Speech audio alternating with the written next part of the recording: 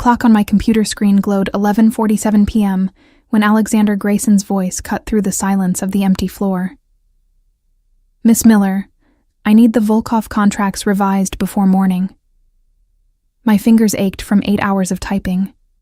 The muscles in my lower back had long since progressed from discomfort to a dull, persistent throb that radiated down to my ankles. Outside the floor-to-ceiling windows of Grayson Industries' executive floor, snow fell in thick, relentless sheets, transforming Manhattan into a blur of white and shadow. It was Christmas Eve. I'd watched the last of the staff leave 3 hours ago, their cheerful Merry Christmas echoing down the marble hallways as they rushed toward families, parties, warmth. I'd smiled and waved, my fingers already reaching for the next file Alexander had marked urgent, trying not to think about the studio apartment waiting for me. Empty. Cold. Just me and the Chinese takeout menu I kept pinned to my fridge. "Of course, Mr. Grayson," I said, my voice steady despite the exhaustion weighing on every syllable. 22 months as Alexander Grayson's personal secretary had taught me many things. The most important: never show weakness, never complain, never give him a reason to notice that underneath the efficient exterior, I was just a 22-year-old girl who sometimes cried in the bathroom and ate lunch alone at her desk. I pulled up the contracts, my eyes burning as I scanned the dense legal language. Alexander didn't celebrate Christmas. Didn't celebrate anything, really. Thanksgiving had passed with him in the office until midnight. New Year's would be the same. To him, holidays were inconveniences, disruptions to the steady rhythm of business and power that defined his existence. The scent of his cologne drifted from his office, something expensive with notes of cedar and smoke. I'd learned to recognize it, the way it announced his presence before he spoke. Learned to brace myself for the impact of his attention, brief and burning as a match strike. Through his open door, I could see him at his desk, jacket discarded, shirt sleeves rolled to reveal forearms corded with muscle. His dark hair, usually perfectly styled, had been pushed back by impatient fingers throughout the day, giving him a disheveled look that made him seem almost human. Almost. Alexander Grayson was 34, though sometimes his eyes looked centuries old. Founder and CEO of Grayson Industries, his legitimate empire included real estate, shipping, and technology investments worth billions. But I wasn't naive. I'd worked for him long enough to recognize the meetings that didn't appear on any calendar, the phone calls taken in Italian with the door firmly closed, the men who visited wearing expensive suits that couldn't quite hide the violence in their eyes. My boss was a mob boss, and I was complicit in whatever darkness he orchestrated, filing his papers and scheduling his meetings and pretending I didn't understand what "handle the situation" really meant. The contract swam before my eyes. I blinked hard, forcing focus. Section 3. 7 needed revision. The delivery terms were too vague, leaving room for interpretation that could cost millions, or lives. With Alexander, it was sometimes hard to tell which he valued more. "Miss Miller." His voice again, closer now. I looked up to find him standing at my desk, those storm-gray eyes studying me with an intensity that made my breath catch. "You look exhausted." "I'm fine, Mr. Grayson." The lie came easily. I'd been telling it for months. His jaw tightened, a muscle jumping beneath the dark stubble that shadowed his face. He never shaved on long work days, and something about that imperfection made him more dangerous, more real. "When did you last eat?" I tried to remember. Breakfast had been coffee. Lunch had been more coffee. "I'm not hungry." Liar. But there was no heat in the word, just a flat statement of fact. He moved to the window, hands shoved in his pockets, shoulders tight with tension he never fully released. "You should have left hours ago. It's Christmas Eve. You're still here. I don't have anywhere else to be." The admission was quiet, almost lost beneath the howl of wind against glass. But you must. Family waiting? Friends? My throat tightened. No, sir. No one waiting. He turned then, studying me with those eyes that saw too much. No one? My parents died when I was 19. Car accident. I don't know why I told him. In nearly 2 years, we'd barely exchanged words that weren't about work. But something about the late hour, the empty building, the snow falling like the world was being erased, made honesty easier than pretense. I don't really have anyone. Something shifted in his expression, too quick to identify. I see. We stood in silence, the only sound the soft hum of computers and the storm outside. Finally, he exhaled sharply. Finish the contracts, then go home. That's an order. Yes, sir. He returned to his office, but I felt his attention on me even through the wall, a weight I'd grown accustomed to carrying. I worked faster, fingers flying across the keyboard, making the necessary changes while my body screamed for rest. By the time I saved the final revision, it was 12:23 a.m. Christmas Day. Merry Christmas to me. I gathered my things, my movements mechanical with exhaustion. My coat was thin, bought secondhand 3 years ago when I'd first moved to New York with dreams of making it as a writer. That dream had died somewhere between unpaid internships and mounting student loans. Now I filed papers for a man who probably had people killed and told myself it was fine because the salary was good. The elevator ride down felt endless. The lobby was deserted, just the night security guard who nodded as I passed. Outside, the storm had intensified. Snow fell so thick I could barely see across the street. The cold hit me like a physical blow, stealing my breath, seeping through my inadequate coat to the bones beneath. I pulled out my phone, fingers already numb. No Ubers available, no taxis. Of course not. It was Christmas Eve in a blizzard. Anyone with sense was home, warm, safe. My apartment was 15 blocks away.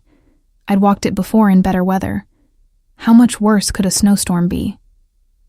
10 minutes later, I had my answer. Much worse. The wind cut through my coat like it wasn't there, and my feet, in the heels I'd foolishly worn because Alexander had an investor meeting scheduled, were already soaked and frozen. Each step was agony, my body shaking so violently I had to stop every few yards to catch my breath. Stupid. This was so stupid. I should have stayed in the lobby, should have asked the security guard to call someone, should have done anything except decide to walk home in a blizzard because I was too proud to admit I needed help. The street was deserted, just me and the snow and the terrible realization that I might actually freeze to death on Christmas morning because I was too stubborn to ask my mob boss for a ride. I didn't hear the car pull up beside me over the howl of the wind. Didn't realize anyone was there until a hand gripped my arm, spinning me around. Alexander Grayson stared down at me, his face a mask of fury barely contained. What the hell are you doing? Walking home, I managed through chattering teeth. In this? He gestured at the storm with his free hand, the other still gripping my arm like he thought I might blow away if he let go. Are you insane? He couldn't get a R ride. Something dangerous flashed in his eyes.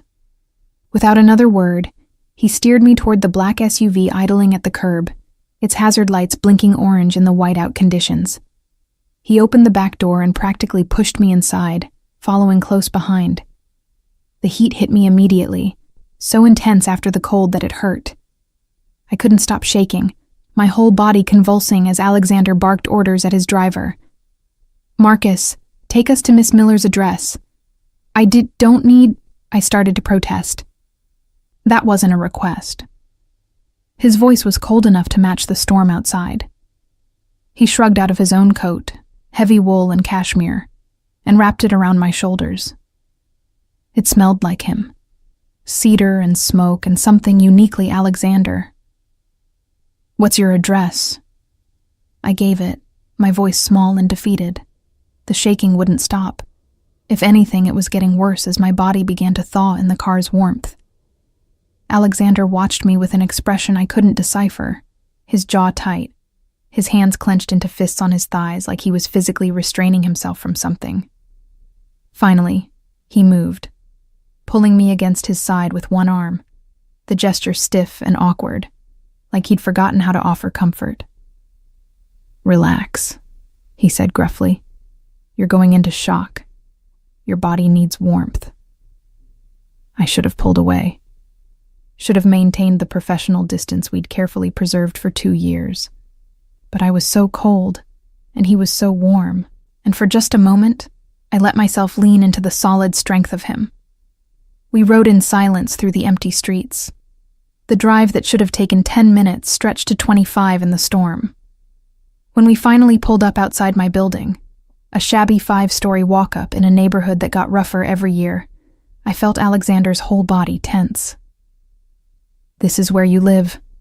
His voice was very quiet, very controlled, dangerous. "It's what I can afford. On the salary I pay you?" "Student loans, medical bills from my parents' accident." I pulled away from him, suddenly defensive. "Not all of us were born into wealth, Mr. Grayson." His eyes flashed. "Get out." The words stung more than they should have. I fumbled for the door handle, but his hand shot out, stopping me. "I'm coming with you." "That's not necessary." "Miss Miller." He turned me to face him, his hands on my shoulders, his face very close to mine. "I'm coming with you. I'm making sure you get inside safely. And then I'm going to determine whether this building has adequate heat, because if it doesn't, you're not staying here tonight." The authoritative tone should have made me angry. Instead, I felt something warm unfurl in my chest, something dangerous and entirely inappropriate.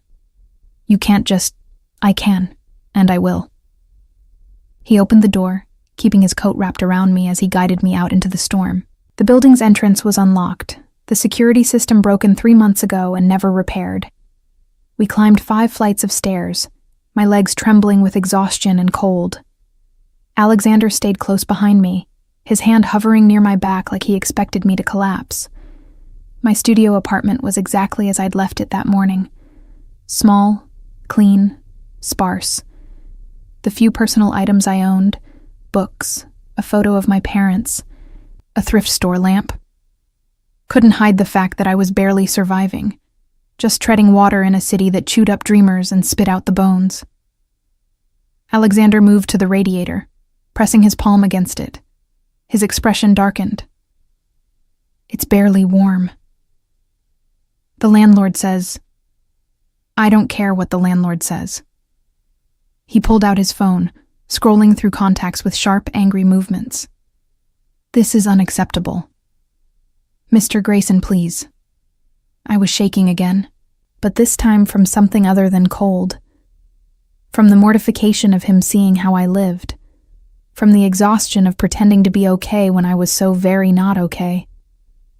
"It's fine. I'm fine. You can go now." He looked up from his phone, really looked at me, and I watched his anger shift into something else, something that made my breath catch and my heart stutter. "You're not fine," he said quietly, crossing to me in 3 long strides. His hand came up to my forehead, and I felt the heat of his palm against my frozen skin. "You're burning up." I blinked, suddenly aware of the fever I'd been ignoring for days, the ache in my bones that wasn't just from exhaustion, the way my thoughts felt fuzzy and distant. "I just need sleep." The room tilted suddenly, Alexander's face swimming in my vision.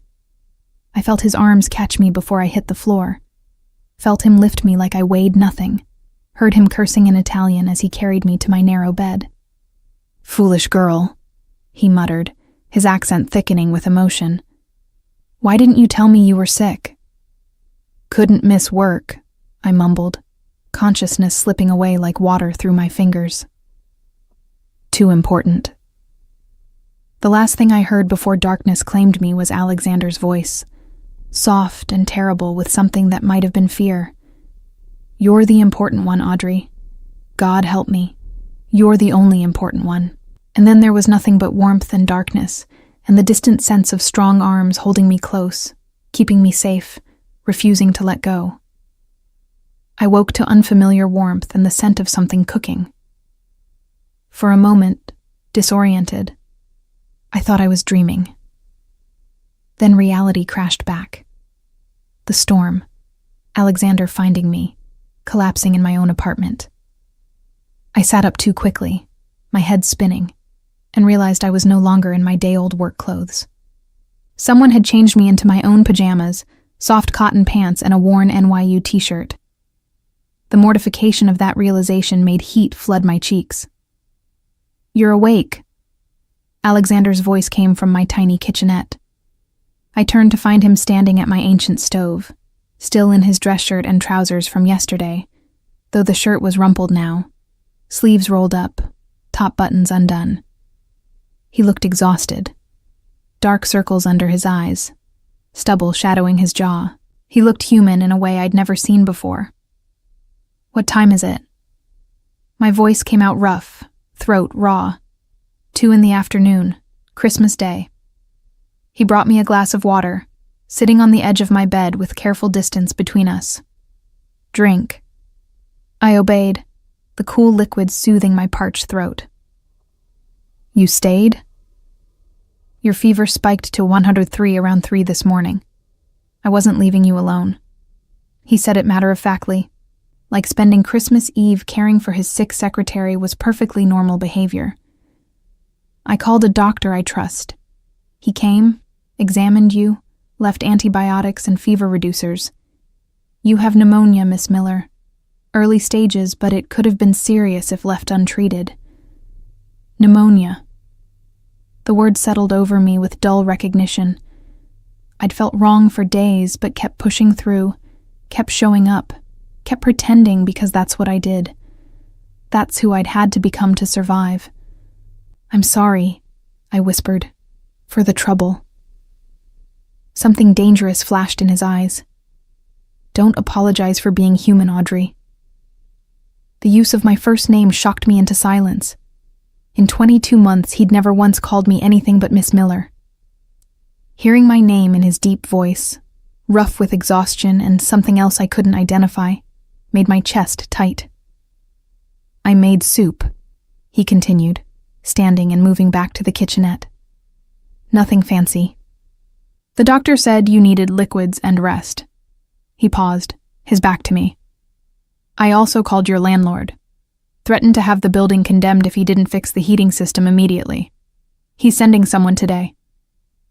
"You didn't have to—" "Yes, I did." He turned, carrying a bowl of soup that smelled like chicken and herbs and comfort. "You work yourself to exhaustion for me, Audrey. The least I can do is make sure you have adequate heat and medical care." He set the bowl on my nightstand, then met my eyes. "The very least." There was something raw in his expression, something vulnerable that I'd never seen in the controlled mask he wore at the office. This wasn't Alexander Grayson, mob boss and billionaire CEO. This was just a man who'd spent Christmas Eve caring for someone who mattered to him, though neither of us dared say it aloud. "Thank you," I said softly, "for staying, for the doctor, for everything." He nodded once, sharp and dismissive, uncomfortable with gratitude. "Eat, then more medicine. The doctor said you need to rest for at least 3 days before even thinking about returning to work." "But the Volkov contracts can wait." His voice was firm. "Nothing is worth your health, Audrey. Nothing." I ate the soup slowly, hyper-aware of him moving around my tiny apartment, tidying things that didn't need tidying, his presence too large for the small space. When I finished, he handed me pills and more water, watching to make sure I swallowed them. "Sleep," he ordered. "I'll be here." "You can't stay here all day. It's Christmas. You must have somewhere. I told you last night. I don't have anywhere else to be." The admission was quiet, almost lost beneath the sound of my ancient radiator clanking to life, The landlord had actually sent someone. My family is gone. My father died 5 years ago. My mother the year before that. I have business associates, not friends. So no, Audrey, I have nowhere else to be except here, making sure you're safe. The loneliness in his words mirrored my own so perfectly it hurt. We were the same, I realized. Both orphaned, both alone, both pretending we were fine when we were slowly drowning in isolation. Then stay, I heard myself say. Please. Something shifted in his expression, softening the hard edges. Sleep, Angel. I'll be right here. I drifted off to the sound of him settling into my one chair, to the knowledge that for the first time in 3 years, I wasn't spending Christmas alone. And neither was he. When I woke again, it was dark outside, the apartment lit only by my small lamp. Alexander sat in the chair, his laptop open, working even now. But the moment I stirred, his attention shifted to me completely. How are you feeling? Better. It was true. The fever had broken, leaving me weak but clearer-headed. What are you working on? The Castellano merger. Nothing urgent. He closed the laptop. Hungry. Starving. He ordered food from somewhere expensive, the kind of place that was probably closed for Christmas but opened for Alexander Grayson's call. We ate Thai food straight from the containers, sitting on my bed because there was nowhere else. The intimacy of it strange and comfortable all at once. Why did you become my secretary? He asked suddenly, surprising me. You have a degree in literature. You wanted to be a writer. You investigated me? I should have been offended. Instead, I felt weirdly touched that he'd cared enough to look. I investigate everyone who works for me. But I'm asking you now, why give up on writing? I picked at my pad Thai, the question cutting deeper than he knew. Reality. Student loans. Rent. Food. The dream of being a writer doesn't pay bills. I met his eyes. You were hiring. The salary was more than I'd ever made. I told myself it was temporary, just until I saved enough to pursue writing again. That was 22 months ago. You still write? Sometimes. Late at night when I can't sleep. Nothing good. Nothing I'd show anyone. I laughed bitterly. Turns out I'm better at filing your contracts than creating anything worthwhile. I doubt that. His voice was quiet, certain. Show me something. Anything you've written. Why? Because I want to see who you are when you're not being my perfect, efficient secretary. I want to see the real Audrey Miller. The request terrified me more than anything he could have demanded in the office. But maybe it was the fever, or the exhaustion, or the fact that he'd spent Christmas caring for me when he had no obligation to do so. Maybe it was the loneliness I saw reflected in his eyes, the recognition of a kindred spirit. Whatever the reason, I found myself reaching for my laptop, pulling up a file I'd never shown anyone. It was a short story, only 3,000 words, about a girl who fell in love with a monster and discovered he was more human than the people who'd called themselves her friends. I handed him the laptop without looking at him, my heart hammering with vulnerability. He read in silence, his expression unreadable. The minutes stretched into eternity. Finally he looked up, and I saw something in his eyes that made my breath catch. This is beautiful, Audrey. Raw and honest and beautiful. He set the laptop aside carefully. Why are you wasting your talent filing my papers? Because talent doesn't pay rent. It could. If you had someone who believed in you, who supported you. He leaned forward, his elbows on his knees, his gray eyes intense. What if you didn't have to choose between survival and dreams? What if you could have both? That's not how the world works. It's how my world works. His voice was firm, commanding. I decide what's possible, Audrey. I make the rules, and I'm telling you that you shouldn't have to sacrifice who you are for a paycheck. Are you firing me? Panic spiked through my chest. No, I'm offering you a choice. He stood, pacing my small apartment with restless energy. Continue as my secretary, but with the understanding that I support your writing. Time off when you need it. Resources, connections to publishers I know. Or...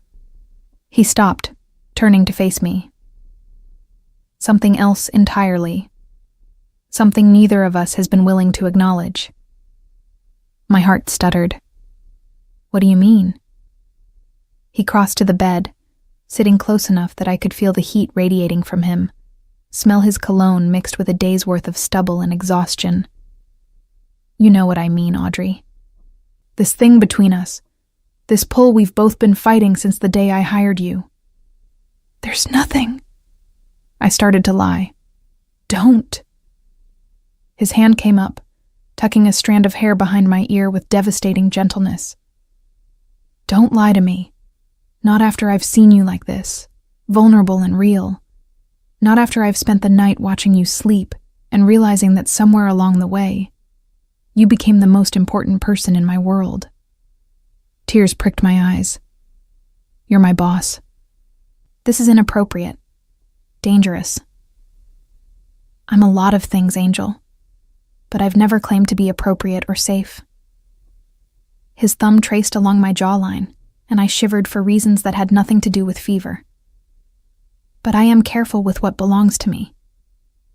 And you belong to me now, whether we acknowledge it or not. The possessiveness in his words should have frightened me. Instead, I felt something warm unfurl in my chest. Something that had been frozen for so long I'd forgotten it could thaw. I belong to myself, I whispered, but there was no conviction in it. Do you? His voice was low, intimate, dangerous. Then why does your heart race when I'm near? Why do you watch me through your office window when you think I'm not looking? Why did you push yourself to pneumonia rather than disappoint me? Because I'd fallen for him somewhere between filed contracts and late nights.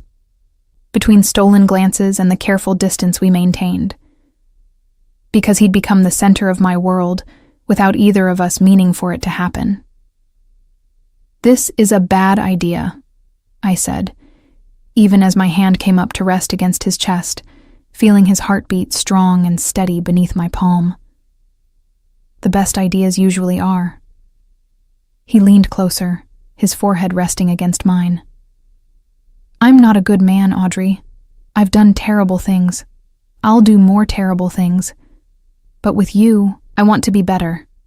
For you, I want to try. Alexander.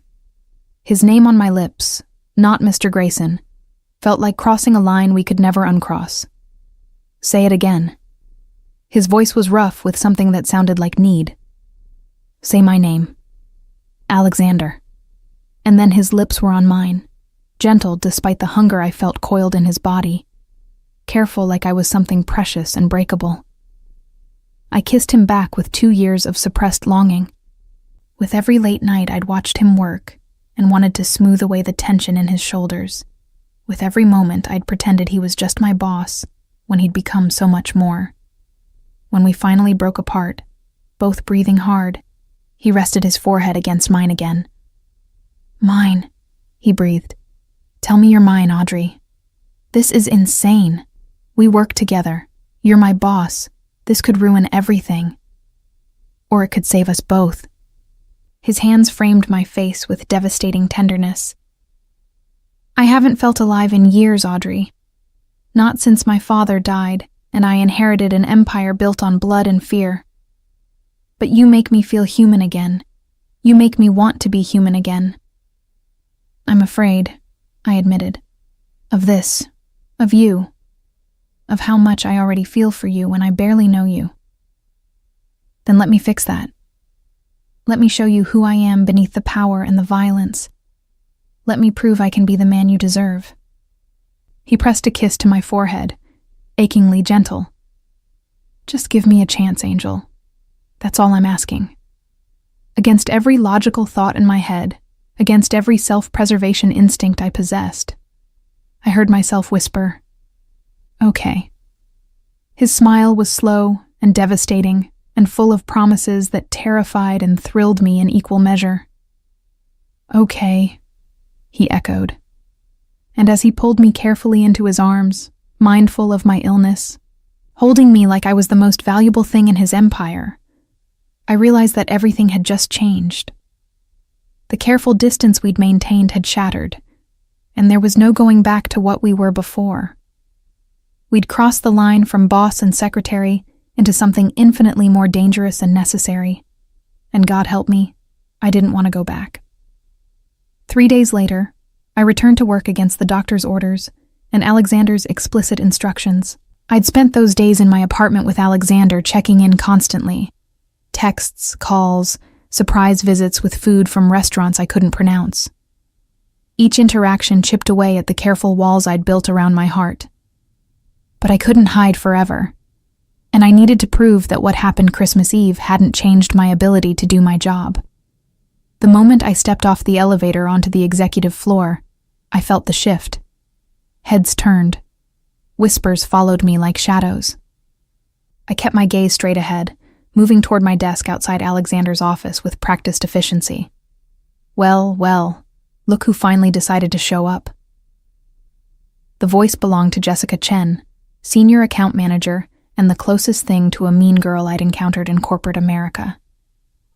She perched on the edge of my desk, her perfectly manicured nails tapping against the wood. "We heard you had quite the Christmas." I set down my bag, meeting her calculating gaze. "I was sick. Mr. Grayson was kind enough to ensure I received medical attention." "Is that what we're calling it?" Her smile was razor sharp. "Spending the night in your apartment? Very hands-on medical attention." My blood ran cold. "How did you?" "The driver talks. The doorman talks.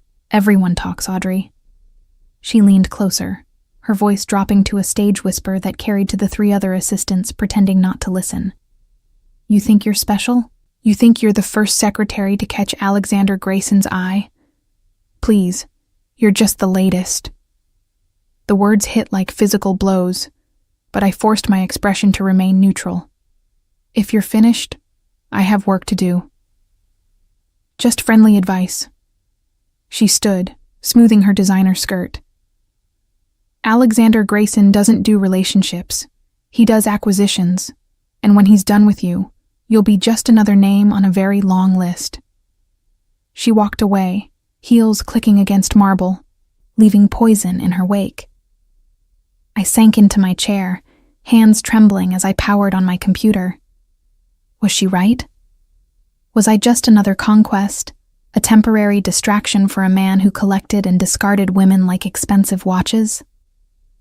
"Miss Miller." Alexander's voice made me look up.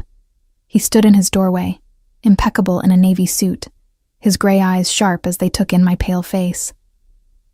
"My office. Now." I followed on unsteady legs, hyper-aware of the eyes tracking our movement. He closed the door behind us, the click of the lock seeming unnaturally loud. "You shouldn't be here." His voice was controlled, but I heard the anger beneath it. "The doctor said 5 days minimum. I'm fine. You're still recovering from pneumonia." He crossed to me in 3 long strides, his hand coming to my forehead in a gesture that was becoming familiar. "No fever, at least. But you're pale. Exhausted." I needed to work. I stepped back from his touch, needing distance to think. And apparently, I needed to face the gossip mill. His expression darkened. "What gossip?" "Everyone knows you spent Christmas at my apartment. They're talking about us." I wrapped my arms around myself. "Jessica Chen just informed me I'm your latest acquisition, implied there have been many before me." Something dangerous flashed in his eyes. "Jessica Chen is about to find herself reassigned to our Alaska office." "Don't." The word came out sharper than intended. "Don't punish people for talking. That'll just confirm everything they're saying." "They have no right." They have every right to talk about their boss sleeping with his secretary. I met his gaze steadily. That's what we are now, isn't it? Boss and secretary having an inappropriate relationship. He was silent for a long moment, his jaw tight. Then he moved to his desk, pressing a button on his phone. Marcus, clear my schedule for the next 2 hours. Sir, you have the Castellano meeting at... Reschedule it. He released the button, turning back to me. Sit down, Audrey. We're going to talk. Really talk. I sat, my heart hammering as he settled into the chair beside mine rather than behind his desk. The choice felt significant, a removal of barriers. Jessica was wrong about one thing. He said quietly, There's never been anyone before you. Not like this. But there have been others. It wasn't a question. Yes, brief, transactional, nothing that lasted past a few weeks. His eyes held mine. I learned early that relationships in my world are dangerous. People use intimacy as a weapon. They get close to gather intelligence, to find weaknesses, to manipulate. So I kept everyone at arm's length. No one close enough to hurt me. No one real enough to matter. Until me. Until you.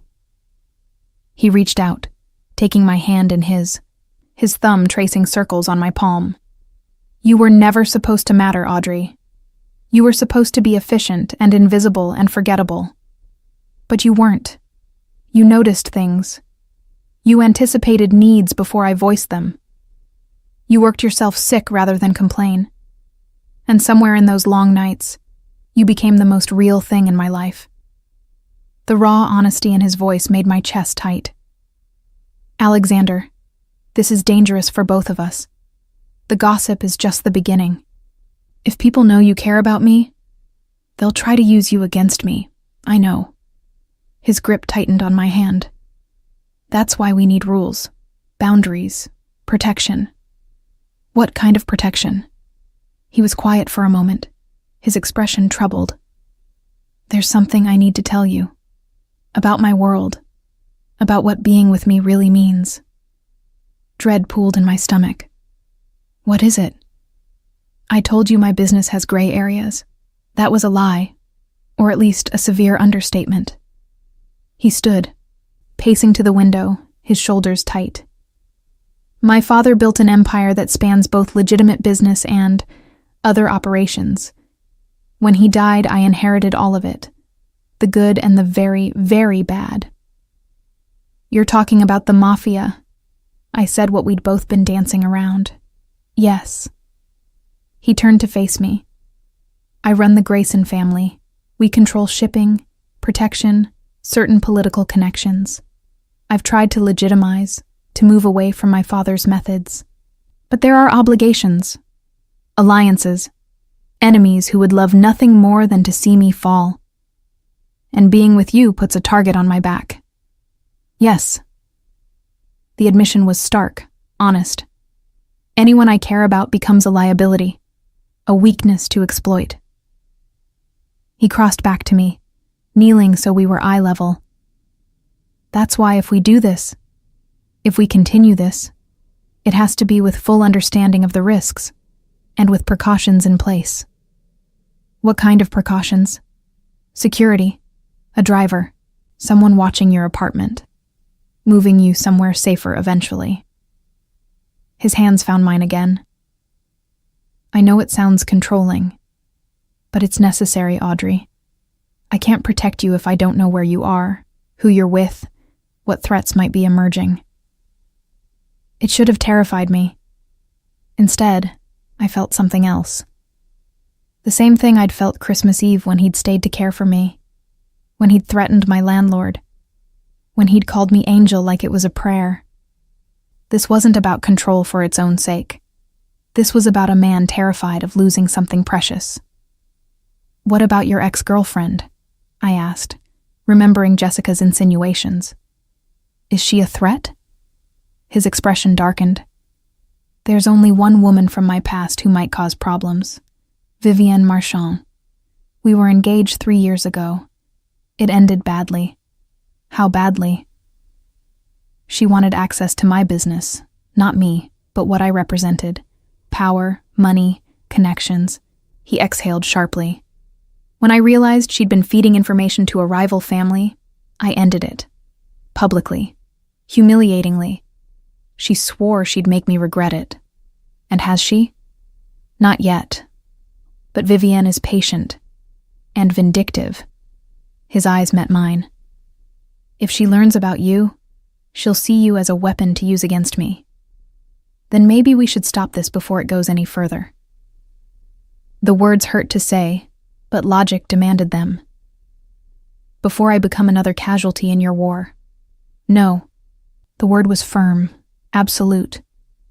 He stood, pulling me to my feet and into his arms. I'm done pretending I don't want you. Done keeping you at arm's length because it's safer. Maybe I'm selfish. Maybe I'm damning us both. But I'm choosing you, Audrey. The question is whether you're brave enough to choose me back.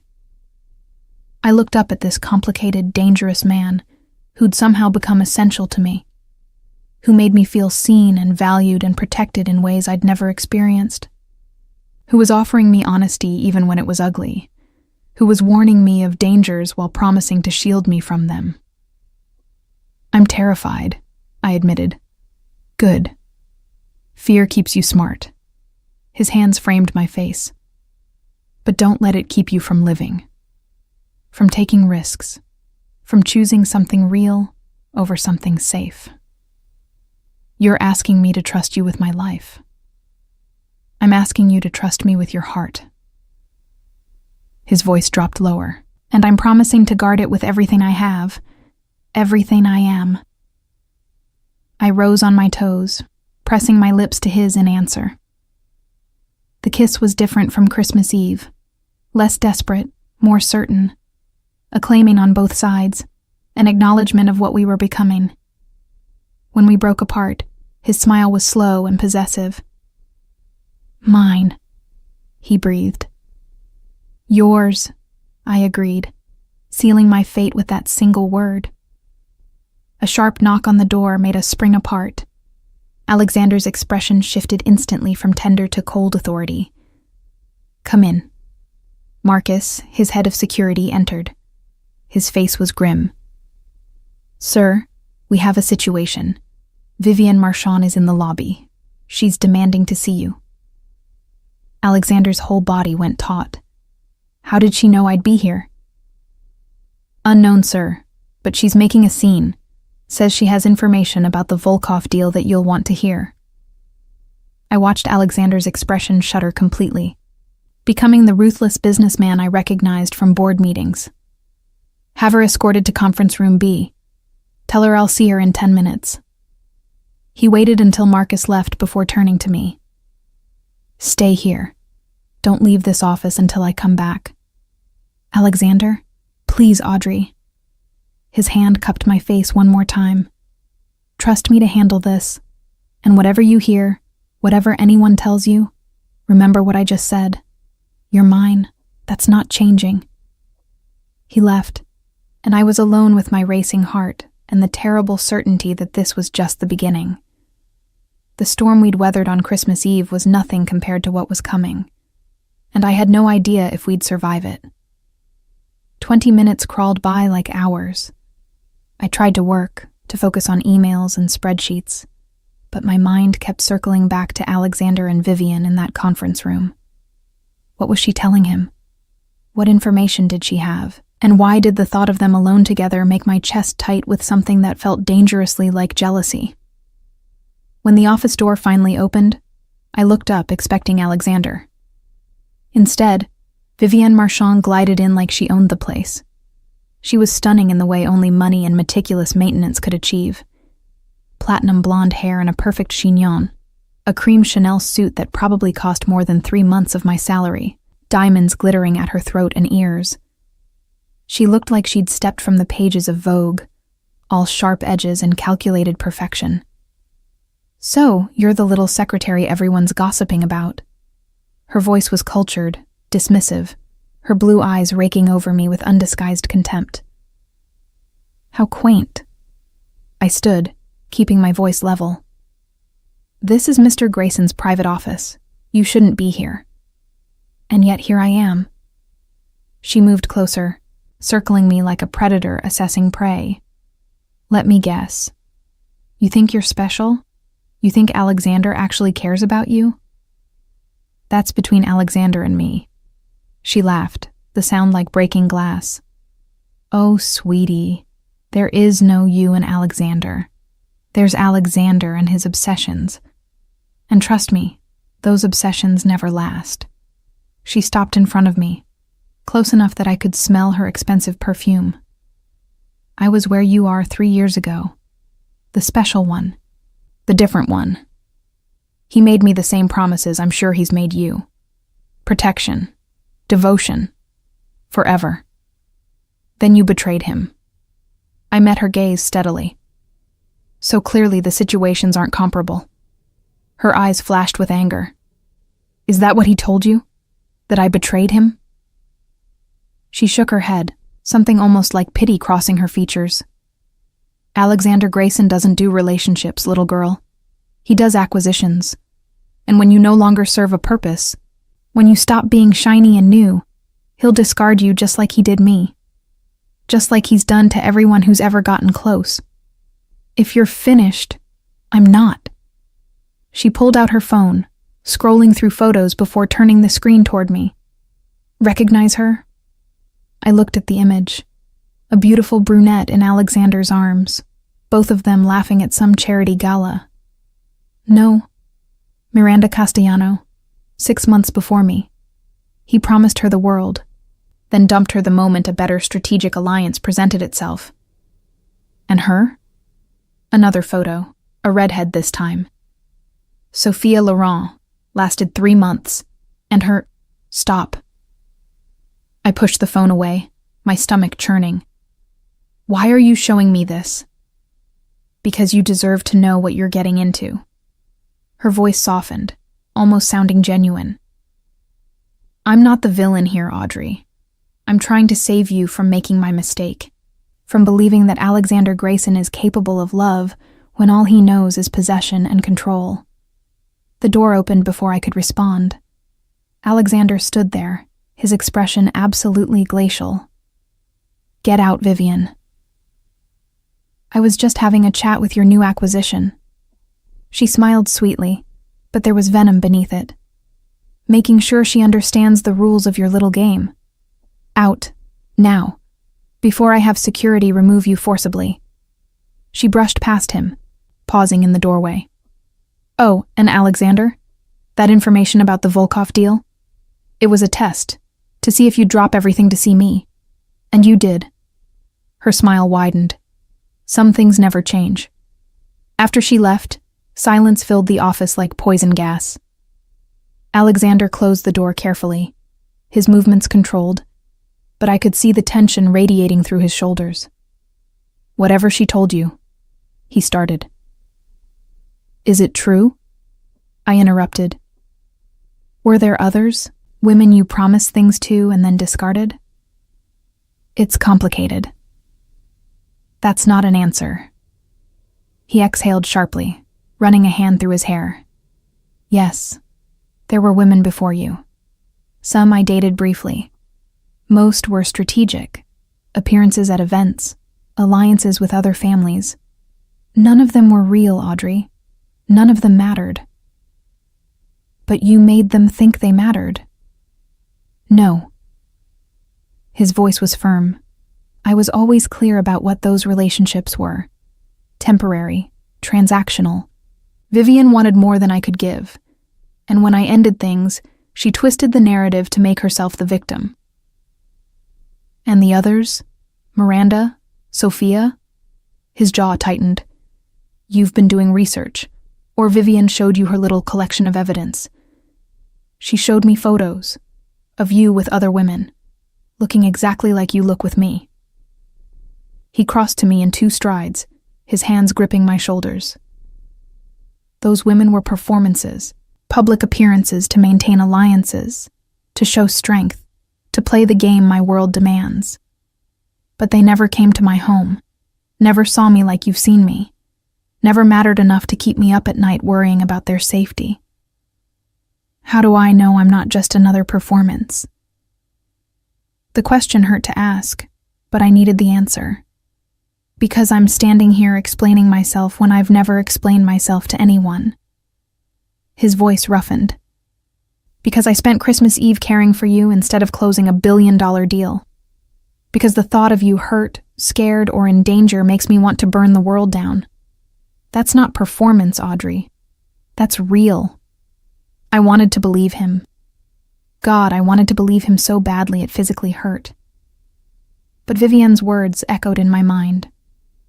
Obsession, acquisition, discard. I need time, I said quietly, to think, to process all of this. Pain flashed across his face before he controlled it. Of course. Take the rest of the day. I'll have Marcus drive you home. I can take the subway. No. The word was absolute. If you won't accept that you're mine, at least accept that you're in danger. Vivian knows about you now. That makes you a target. So you'll take Marcus, and you'll let him ensure you get home safely, and you'll think about everything you need to think about. But you'll be safe while you do it. The command should have made me angry. Instead, I felt cared for, protected. Even as my mind spun with doubts, my heart recognized the truth in his actions. Okay, I agreed. He walked me to the elevator, his hand at the small of my back, a gesture of possession that half the office probably saw. I didn't care anymore. Let them talk. I had bigger concerns than gossip. Marcus was waiting in the lobby, professional and imposing in his dark suit.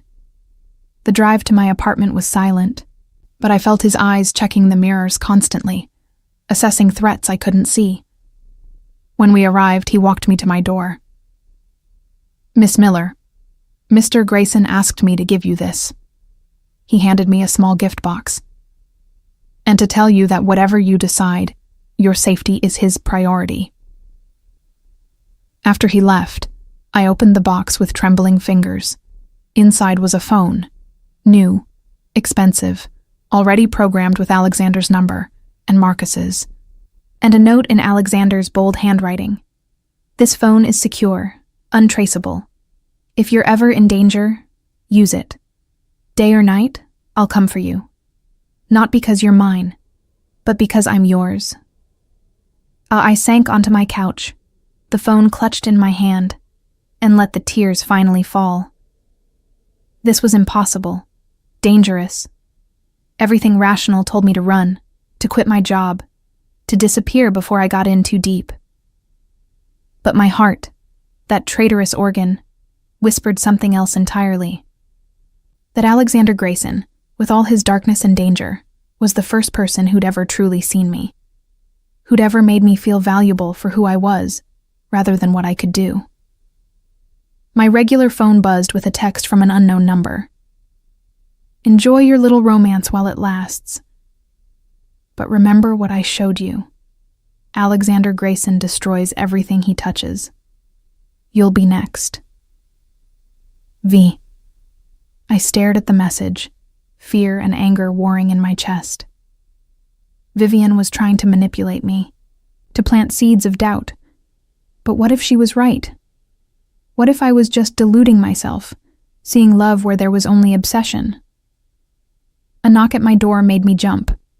I checked the peephole expecting Marcus. Instead, I saw a woman I didn't recognize. Mid-30s, professional but warm, with kind eyes and a gentle smile. Miss Miller, my name is Elena Rodriguez. I'm a friend of Alexander's. May I come in? Every instinct screamed not to open the door. But something about her felt genuine, unthreatening. I cracked the door, keeping the chain engaged. What do you want? To talk. About Alexander. About what being in his life really means. She held up her hands, showing they were empty. I'm not here to hurt you or manipulate you. I'm here because I know what you're going through, and I thought you might need someone who understands. Who are you really? I was married to Alexander's cousin, before he was killed 3 years ago in a territory dispute. Her eyes held genuine sorrow. I know this world, Audrey. I know the danger and the cost, but I also know that Alexander Grayson is not the monster people think he is, and I thought you deserved to hear that from someone who has no agenda except honesty. Against my better judgment, I opened the door. Elena entered, bringing with her a sense of calm I desperately needed. "Tell me everything," I said. "The truth, no matter how ugly." And she did.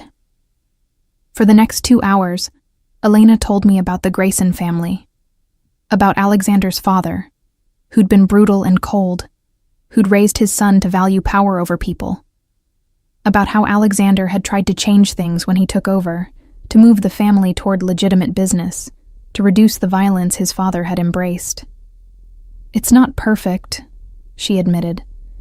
"Alexander still operates in gray areas, still makes hard choices, but he's not his father. He actually cares about the people in his life. He's just terrible at showing it in ways that don't look like control. Vivienne said he destroys everyone he touches. Vivienne betrayed him in the worst way possible. She sold information that got 3 of his men killed. When he found out, he could have killed her. Instead, he just exiled her from his world. She's been trying to hurt him ever since." Elena took my hand. "But here's what you need to understand about Alexander. When he loves someone, he's all in. Completely, obsessively, sometimes suffocatingly. It's not healthy by normal standards. But in his world, that kind of devotion is what keeps people alive. How do I know if he really loves me or if I'm just another acquisition?" She smiled sadly. "You don't. Not for certain. But I can tell you this. I've known Alexander for 15 years. I've never seen him look at anyone the way he looked at you when he called me this afternoon. Desperate for someone to help you understand. That's not obsession, Audrey. That's love. Terrifying, overwhelming. Possibly doomed love, but love nonetheless." Her words settled over me like a blanket, warm and heavy. "What should I do?" "That's your choice. You can run, and no one would blame you. This life is hard, dangerous, full of impossible compromises." She squeezed my hand. "Or you can stay and see where it leads. But if you stay, do it with your eyes open. Know what you're accepting. Know the cost." After Elena left, I sat in the growing darkness, the secure phone Alexander had given me resting in my palm. One call. That's all it would take. One call, and he'd be here. One call, and I'd be choosing him despite the danger, despite the doubts, despite everything sensible telling me to run. My finger hovered over his name, and then I pressed call. He answered before the first ring finished. "Audrey." "Come over," I whispered. "Please. I need to see you." "I'm already on my way." Of course he was. Probably had been since I got home, waiting nearby in case I needed him.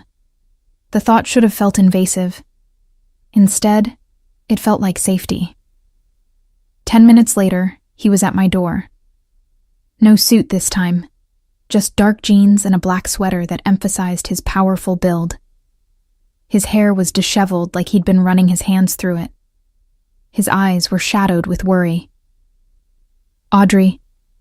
I pulled him inside and kissed him, cutting off whatever he'd planned to say. Kissed him with every ounce of fear and hope, and desperate need churning inside me. He responded instantly, his arms coming around me, holding me like I might disappear if he loosened his grip. When we finally broke apart, both breathing hard, I looked up at him and made my choice. "I'm yours," I said simply. "Completely, terrifyingly yours. But I need you to promise me something. Anything. Promise that if this becomes too dangerous, if staying with you means I'll get hurt or killed, you'll let me go." You'll protect me by pushing me away if necessary. Pain lanced across his face. Audrey, promise me, Alexander, because I can accept the danger of being with you. But I can't accept you sacrificing yourself to keep me when it would be smarter to let me go. He was silent for a long moment. Then he pulled me close, his lips against my hair. I promise that your safety will always come first, even above my need for you, even if it destroys me. It was the best I'd get, and maybe it was enough. Then show me, I whispered. Show me what being yours really means.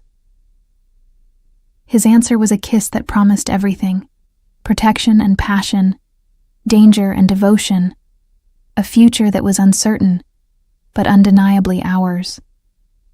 And as he lifted me into his arms, carrying me toward my bedroom, I chose to believe in the impossible. I chose to believe in us. The next morning, I walked into the office on Alexander's arm, not following behind him like a secretary, but beside him like an equal. The statement was deliberate, unmistakable. Every head turned, every conversation stopped. Jessica Chen's expression was priceless. "Good morning, everyone," Alexander said, his voice carrying the weight of authority that made boardrooms tremble. "I have an announcement. Miss Miller will be transitioning from her role as my personal secretary to a new position as special advisor to the CEO. Her insights and intelligence have proven invaluable, and I'm formalizing that relationship." The word relationship hung in the air, weighted with double meaning. "She'll maintain an office on this floor and will be involved in all major strategic decisions going forward. I expect you to treat her with the same respect you show me." His hand tightened on my waist, a possessive gesture everyone could see. "Are we clear?" A chorus of "Yes, sir," followed, but I saw the calculation in their eyes, the reassessment. I was no longer just the secretary. I was the woman Alexander Grayson had chosen to elevate. That made me either very powerful or very dangerous to know. Probably both. My new office was next to Alexander's, separated by a connecting door he insisted remain unlocked. "So I can see you," he'd said, "so I know you're safe." The possessiveness should have bothered me. Instead, I found it oddly comforting. This was who he was, a man who protected what he valued with single-minded intensity. I was settling into the space when my new phone buzzed. "Alexander, lunch, my office, 1 hour." I smiled at the command disguised as invitation. This was our new normal. Stolen moments between meetings, touches that lasted seconds too long, the constant awareness of each other even in a room full of people. But the peace lasted exactly 4 days. I was reviewing acquisition proposals when Marcus appeared in my doorway, his expression grim. "Miss Miller, Mr. Grayson asked me to brief you on a situation." My stomach dropped. "What situation?" "Marcus Volkov. He's a rival, runs shipping operations that compete with ours. There's been tension for months, but it's escalating." He handed me a folder. "These arrived this morning." I opened it to find photos of me leaving my apartment, walking to the subway, sitting in a cafe near my building. All taken in the last week, all without my knowledge. "He's watching me." The words came out flat, emotionless, my mind struggling to process the violation. "Yes, it's a message to Mr. Grayson, an implied threat." Marcus's voice was carefully neutral. "Mr. Grayson wanted you to understand the reality of your situation. You're not just his advisor now. You're his weakness, and people like Volkov will exploit that." I stared at the photos, fear and anger warring in my chest. What does Alexander want me to do? Move. Today. There's a secure apartment in his building. Top floor, full security, completely safe. He paused. "He's asking, Miss Miller, not ordering, but he's terrified for you." The thought of leaving my independence, my own space, made me want to refuse. But the photos told a different story. I wasn't safe, and my stubborn pride wasn't worth my life. "Tell him yes," I said quietly. "I'll move today." Relief crossed Marcus's face. "I'll arrange everything." 2 hours later, I was in Alexander's office, the photos spread across his desk. He stood by the window, his back to me, every line of his body radiating barely contained rage. "I should have anticipated this," he said, his voice deadly calm. "Should have moved you somewhere secure the moment we became public. You couldn't have known. I should have known." He spun to face me, and the fury in his eyes made me step back. "This is my world, Audrey. I know how these men think, how they operate, and I let my need for you blind me to the danger I was putting you in. Alexander, Volkov is sending a message that he can reach you anytime he wants, that I can't protect you." His hands clenched into fists. "And he's right. As long as you're vulnerable, as long as there's any way to get to you, I can't keep you safe. So what do we do?" He crossed to me, his hands framing my face with devastating gentleness, despite the violence I saw simmering in his eyes. "You move into my building today. You get 24-hour security. You don't go anywhere without Marcus or one of my other men. And you let me handle Volkov." "What does handle mean?" "Nothing you need to worry about." His voice was firm. "This is my world, Angel. Let me protect you the way I know how. By doing something illegal, violent." I searched his face. "Alexander, I can't be the reason you become the monster everyone thinks you are. I've always been a monster, Audrey. You just made me want to pretend otherwise."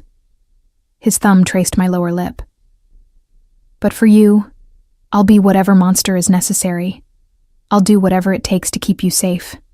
And I won't apologize for it." And the absoluteness in his voice should have terrified me. Instead, I felt something else. The certainty that this man would burn the world down before letting anyone hurt me. "Promise me you won't kill him," I whispered. "Promise me you'll find another way." He was silent for a long moment. Then he exhaled sharply. "I promise I'll try. For you, I'll try." It was the best I'd get. The penthouse apartment Alexander moved me into was breathtaking. Floor-to-ceiling windows overlooking the city, modern furniture in shades of cream and gray, a bedroom larger than my entire previous apartment. It was beautiful and sterile, and felt nothing like home.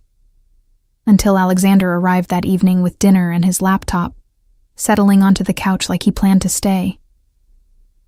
"You don't have to babysit me," I said, even as I curled against his side, craving the solid warmth of him. "I'm not babysitting. I'm working from a more comfortable location." His arm came around me, pulling me closer. "And ensuring you eat something besides coffee and anxiety." I laughed despite everything. "Is that your professional medical opinion?" "It's my professional boyfriend opinion." He said it casually, but I felt him tense slightly, as if uncertain how I'd react to the label. "Boyfriend." I tested the word. "That seems too normal for what we are." "What are we then?" I looked up at him, at this complicated, dangerous man who'd somehow become essential to me. "Everything. You're everything, Alexander." His kiss was gentle, reverent, completely at odds with the violence I knew he was capable of. "Mine," he breathed against my lips. "Say it again." "Yours, always yours." We ate dinner curled together on the couch, talking about everything and nothing. He told me about his childhood, about a father who'd valued power over love, about learning to hide emotions because they were weaknesses to exploit. I told him about my parents, about the loneliness of being orphaned young, about dreams deferred in favor of survival. "You're going to write again," he said suddenly. "Your novel. I want you to finish it. I don't have time. Make time. That's an order from your boss. His smile was slight but genuine. I'm cutting your hours to 25 per week. The rest of the time, you write. And when it's finished, I'll ensure it gets published. You can't just... I can, and I will. His voice was firm. You're not sacrificing your dreams for me, Audrey. I won't allow it. The high-handedness should have annoyed me. Instead, I felt cherished. Protected not just physically, but in every way that mattered. Thank you, I whispered. That night, he stayed. Not in the guest room, but with me, holding me through the darkness, his presence a shield against every fear that tried to creep in. 3 days later, I was in my office when Jessica appeared, her expression strangely subdued. Audrey, can we talk? I looked up, surprised. About what? About me being a complete bitch to you. She closed the door, leaning against it. I owe you an apology. Several, actually. What brought this on? Alexander called me into his office this morning. Told me in very explicit terms that if I ever spoke to you with disrespect again, I'd be fired. Not reassigned. Fired. With a recommendation so scathing I'd never work in this city again. She exhaled sharply. But he also told me something else. That you'd asked him not to punish anyone for gossiping about you two. That you'd defended me when he wanted to destroy my career. I hadn't known Alexander had followed through on his threat. Or that he'd told Jessica about my intervention. I was jealous, she admitted. You came in as a secretary, and within 2 years, you had Alexander Grayson looking at you like you hung the moon. I've worked here for 5 years and he barely knows my name. Jessica, let me finish. She held up a hand. I was wrong. About you being just another acquisition. About him getting bored. I see how he looks at you, Audrey. Like you're the only real thing in his world. That's not something he's ever felt before, and I'm genuinely sorry for trying to poison that because I was envious. The apology caught me off guard. Thank you for saying that. Also, fair warning. Vivienne Marchand has been calling the office, trying to get meetings with various executives, asking questions about you. Her expression was serious. I think she's building a case for something. I don't know what, but it's not good. Fear prickled down my spine. Does Alexander know? I just came from his office. He knows. She paused at the door. Be careful, Audrey. Vivienne is vindictive and connected, and she hates Alexander enough to destroy anyone he cares about. After she left, I sat in silence, processing everything. This was my life now. Threats from rivals, warnings from former enemies turned allies, constant vigilance against dangers I barely understood. But when Alexander appeared in my doorway an hour later, his eyes finding mine across the room with that intense focus that made my heart race, I knew it was worth it. Every danger, every complication, every impossible choice. He was worth it. And I was finally brave enough to fight for what we were building. Together, we'd face whatever came next, even if it destroyed us both. The attack came on a Tuesday. I was leaving the office late, Marcus at my side as always, when the black van pulled up. 3 men emerged, moving with military precision. Marcus shoved me behind him, his hand going for the gun at his waist, but they were faster. The first shot took him in the shoulder. He went down hard, and then hands were on me, dragging me toward the van despite my screaming, despite my fighting, despite everything. A cloth pressed over my mouth and nose, chemical sweetness. The world blurred, darkened, disappeared. I woke to darkness, and the smell of rust and mildew. My head pounded, my mouth tasted like copper, and my hands were bound behind me to a chair. Terror clawed up my throat as my eyes adjusted to the dim light filtering through a high, dirty window. I was in some kind of warehouse, empty, isolated, The kind of place where screams wouldn't carry. She's awake. A man's voice, accented. Russian. Footsteps echoed across concrete. Marcus Volkov emerged from the shadows, followed by two others. He was mid-50s, silver-haired, with cold eyes that assessed me like merchandise. Miss Miller. Finally, we meet. His smile was reptilian. I apologize for the dramatic introduction, but your boyfriend doesn't respond well to polite requests. What do you want? My voice came out steadier than I felt. The same thing everyone wants from Alexander Grayson. Compliance, cooperation. He circled me slowly. You see, your boyfriend has been interfering with my operations, stealing contracts, undercutting prices, making my life very difficult. I've tried reasoning with him, but Alexander is stubborn. So you kidnapped me. I borrowed you. He stopped in front of me. Temporarily. Just long enough to convince Alexander that continued interference will have consequences. Personal consequences. He'll kill you for this. Volkov laughed. Perhaps. But first he'll give me what I want. The shipping contracts in question. Control of the port operations. Several other concessions. He pulled out his phone. And to ensure his cooperation, I'm going to send him proof that I have you. That I can do whatever I want to you unless he complies. Fear turned to ice in my veins. Don't. His hand shot out, gripping my face hard enough to bruise.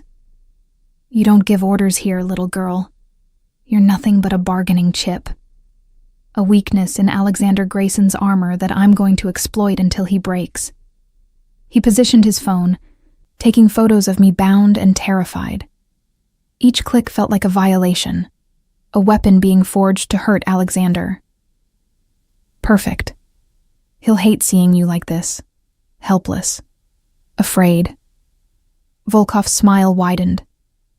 And if he doesn't give me what I want within 6 hours, I'll send him pictures of what happens to pretty girls who fall for dangerous men. He left me alone in the dark, bound and shaking, my mind racing through possibilities. Alexander would come. I knew that with absolute certainty. But would he come in time? And what would he do when he found me? What monster would I unleash by being his weakness? I lost track of time in the darkness. Could have been hours or minutes, my fear distorting perception. Then I heard it. Gunfire. Distant at first, then closer. Shouts. More shots. The sounds of violence I'd been sheltered from suddenly erupting around me. The warehouse door exploded inward. Alexander stood silhouetted in the opening, flanked by Marcus, alive despite being shot, and a dozen other men. He was in all black, a gun in his hand, his face a mask of controlled fury that made him look like the vengeful god he was in this world. His eyes found me across the space, and something in his expression shattered. The control cracked, revealing the terror beneath. Audrey. My name was a prayer and a curse on his lips. Volkov appeared from behind me, his own gun suddenly pressed to my temple. Stop right there, Grayson, or I blow her pretty brains across this concrete. Alexander froze. Every man with him froze. The air itself seemed to freeze, charged with potential violence. Let her go, Marcus. Alexander's voice was deadly calm. This is between you and me. She's innocent. She stopped being innocent the moment she spread her legs for you. Volkov's cruel words made Alexander's gun hand tighten. You want her back? You give me everything I asked for. The contracts, the ports, full control of the eastern shipping lanes. Done. Alexander didn't hesitate. It's yours. All of it. Just let her go. Alexander, no. I started, but Volkov's gun pressed harder against my skull. And you step down as head of the Grayson family. Transfer power to someone I choose. Silence. This was more than business. This was everything. Alexander's entire empire, his legacy, his identity. All of it, for me. Done, Alexander said again, his voice flat. I'll draw up the papers tonight, but I deliver them personally, and you let her walk out of here now, unharmed. Volkov laughed. You'd give up everything? For one woman? Your father would be ashamed. My father is dead, and I'm choosing her. Alexander's eyes met mine across the distance, and I saw everything in that gaze. Love, devotion, a willingness to burn his entire world down if it meant keeping me safe. I'm always choosing her. The words broke something in me. This man, this dangerous, powerful man, was offering to sacrifice everything for me. Not because he had to, but because I mattered more than power, more than legacy, more than anything. How touching, Volkov sneered. But I think... He didn't finish. Alexander moved with inhuman speed, his shot perfectly placed. Volkov's gun arm, not his head, the precision of someone who'd trained for exactly this scenario. Volkov screamed, his gun falling, and I threw myself sideways out of the chair, my bound hands making me crash hard against the concrete. Then Alexander's men were everywhere, securing Volkov and his associates with brutal efficiency. And Alexander was there, cutting my bonds with a knife that appeared from nowhere, pulling me into his arms with a desperation that stole my breath. You're okay. You're okay. You're okay. He repeated it like a mantra, his hands running over me, checking for injuries, his whole body shaking with adrenaline and fear. God, Audrey, I thought... I'm fine. I wrapped my arms around him, holding him as tightly as he held me. I knew you'd come. Always, I'll always come for you. He pulled back just enough to look at me, his hands framing my face. But I can't do this anymore. Can't risk you like this. Audrey, I need you to leave. Tonight. I'll set you up somewhere safe. Somewhere no one knows to look, with enough money to never worry again. But you have to go. Before someone else tries this. Before I lose you for real. The words hit like physical blows. What? You were right. Being with me makes you a target, and I can't... His voice broke. I can't watch you die because of me, so I'm letting you go, pushing you away before this world destroys you. No. The word came out fierce, absolute. You don't get to make that choice for me. Audrey, I said no. I gripped his shirt, refusing to let go. You think I didn't know the risks? You think I didn't understand what being yours meant? I chose this, Alexander. I chose you. And I'm not leaving just because it got dangerous. You could have died tonight. But I didn't. Because you came for me. I pulled him closer, our foreheads touching. This is who we are. You're the man who'd give up everything to save me. And I'm the woman who'd rather face danger with you than safety without you. So stop trying to protect me from yourself and just let me love you. You love me? His voice was raw, vulnerable. I love you, completely, terrifyingly, probably stupidly. But I love you, Alexander Grayson. All of you. Even the parts that scare me. His kiss was desperate, claiming, a seal on promises we were both making. When we broke apart, his eyes were suspiciously bright. Then marry me, he said, not because it makes sense or provides protection or serves some strategic purpose. Marry me because I love you so much it physically hurts. Because you're the only real thing in my life. Because I want to spend every day proving I'm worthy of your choice. Yes. No hesitation, no doubt, just certainty. Yes, I'll marry you. His smile was devastating, transforming his face from hard to hopeful. Mine. Yours, I agreed. Always yours. 6 months later, I stood in a private garden overlooking the city, wearing a simple white dress and holding Alexander's hands while a judge pronounced us husband and wife. It was small, just Marcus and Elena, and a handful of people we actually trusted. No spectacle, no politics, just us choosing each other in front of witnesses. When Alexander kissed me, I tasted promise and forever, and the kind of love that survived darkness. We'd faced the fallout from that night together. Volkov was in prison, his organization dismantled. Vivian had made one final attempt to destroy us, leaking photos to the press of Alexander's criminal connections, but it had backfired when several of his legitimate business partners defended him publicly. The office gossip had died down once everyone realized we weren't going anywhere. Jessica had become an unexpected ally, running interference when needed. And I'd finished my novel. It was publishing next month, under my own name, the dedication simply reading, "For Alexander, who taught me that love and danger aren't opposites, but often the same thing." "What are you thinking about, Mrs. Grayson?" Alexander murmured, pulling me close as we swayed to music only we could hear. "That this is insane.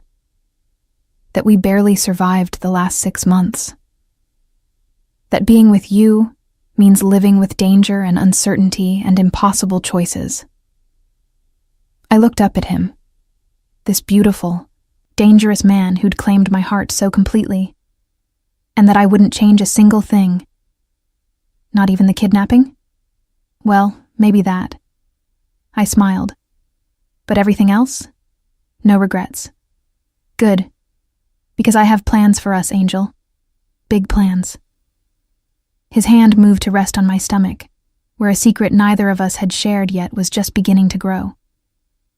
Plans that involve a nursery, and a house outside the city with actual security, and a future where our children grow up knowing they're loved fiercely, even if their father is complicated. Tears pricked my eyes. "You know, I know everything about you, remember?" His smile was tender. "How long have you known?" 2 weeks. I was waiting for the right time to tell you. And this wasn't the right time? He gestured at our wedding. "This is perfect." I kissed him softly. "Everything about this is perfect." That night, in the penthouse we now shared, Alexander made love to me with a reverence that spoke of promises and futures and the kind of devotion that would weather any storm. "I love you," he whispered against my skin. "You and our child, my family, my everything." "I love you too," I breathed. "My monster, my protector, my home." And as we lay tangled together in the darkness, I thought about the girl who'd walked into a snowstorm 6 months ago, who'd been found shivering and sick by a man who'd claimed her as his own. That girl had been surviving. But this woman, this wife, this mother-to-be, this author, this partner to a powerful, dangerous, devoted man, was living. And that made every danger, every fear, every impossible choice worth it. Because love wasn't safe. Love wasn't simple. But with Alexander Grayson, love was real. And real was all I'd ever wanted.